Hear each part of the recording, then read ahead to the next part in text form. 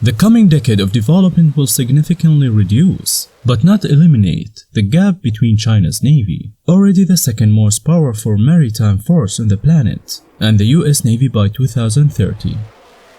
All fitted out, China's second ever aircraft carrier, and the first built entirely in China, is set to sail for sea trials. The construction of the aircraft carrier represents a significant milestone in China's steady rise as a major naval power, and barring any hiccups, Beijing will continue its ascent in the following decade to the degree that it challenges the United States for naval supremacy, at least in East Asia.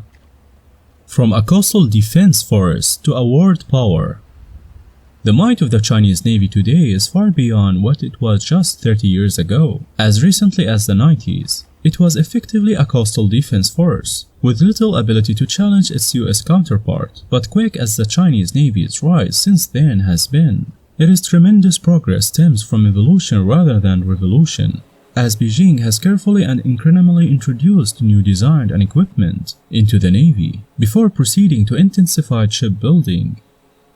At the turn of the millennium, Beijing began producing new indigenous vessels, but many of the initial designs, such as the Type 051C destroyer, depended heavily on Russian and other foreign technology for their main armaments. At the same time, China continued to purchase Russian warships, such as Savarmeny-class destroyer and Kilo-class submarines, as a hedge against the potential failure of their new designs.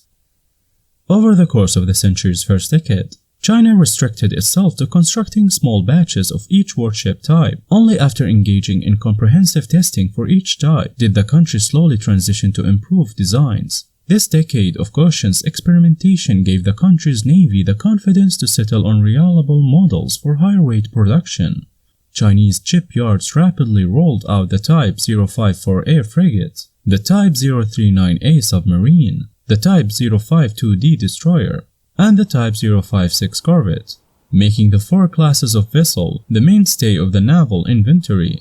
Such production, however, did not necessarily increase the size of the fleet, but replaced aging and obsolete vessels that had remained in the naval inventory since the 20th century. As naval authorities complete this modernization drive over the next 2 years, China is poised to significantly expand its strength and capabilities. The pace of China's naval exercises and training regimen is already unprecedented, and the tempo is only likely to continue. The elimination of obsolete warships will provide China with an opportunity to improve not just the quality of its vessels, but also their quantity. If the country maintains its current rate of production, it could add approximately 3 destroyers each year from 2020 to 2030. But an increase in the number of modern destroyers, frigates, corvettes, and diesel-electric submarines only constitutes one aspect of the Navy's growing strength. Over the next 10 years, China will construct next-generation nuclear submarines that emit far less sound, build new types of aircraft carriers equipped with catapult launch systems, and expand its amphibious fleet with the introduction of Type 075 class amphibious assault ships. Supplementing the addition of this hardware will be a continued focus on the country's logistics fleet, which is key to conducting blue water operations, sustained, long-range maritime operations over oceans and deep waters, and securing logistics spaces around the globe. Closing the gap.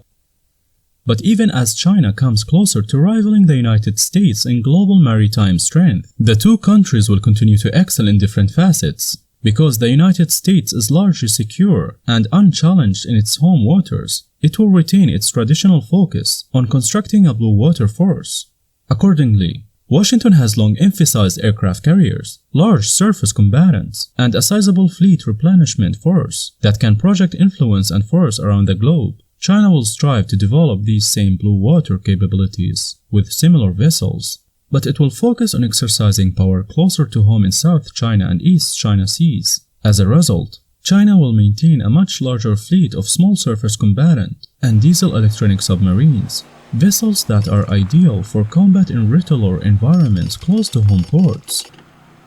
Other factors are also likely to consolidate China's control of its immediate vicinity, including improved command and control, better training, greater access to land-based air power and missile forces, the extensive of geographic choke points, as well as the concentrated nature of its forces, in contrast to the more dispersed deployment of US forces.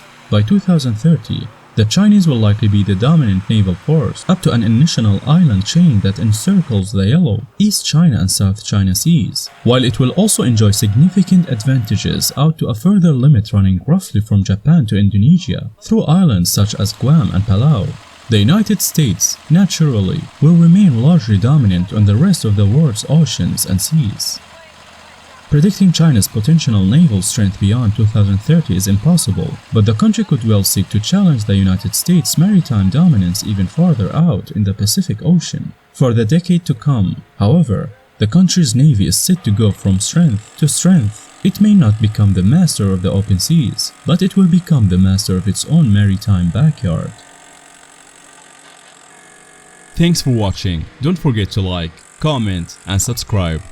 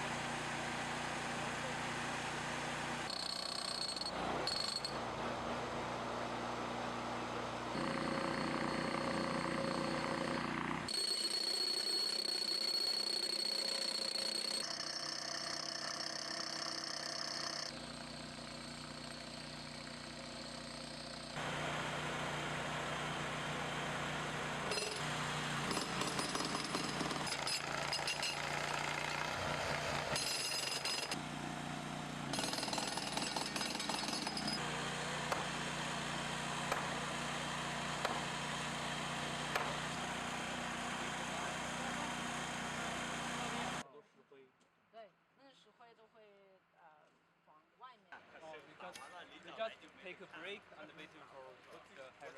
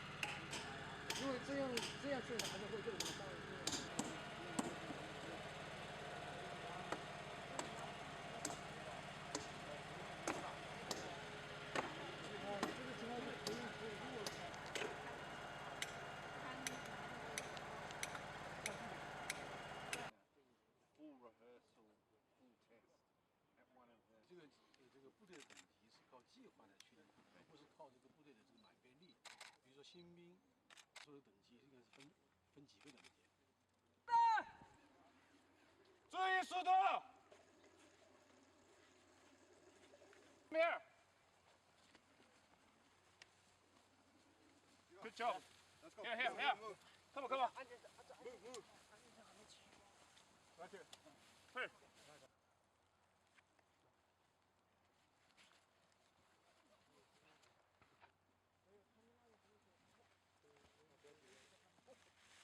Move it up. You gotta hold it. I got it. Straight up. Straight back. Listen to me. 1, 2, 3. 1, 2, 3. 1, 2, 3. Come on. Come on. Come on. One more man. Hold, just hold. You're just gonna pull, eh? I'm just gonna pull.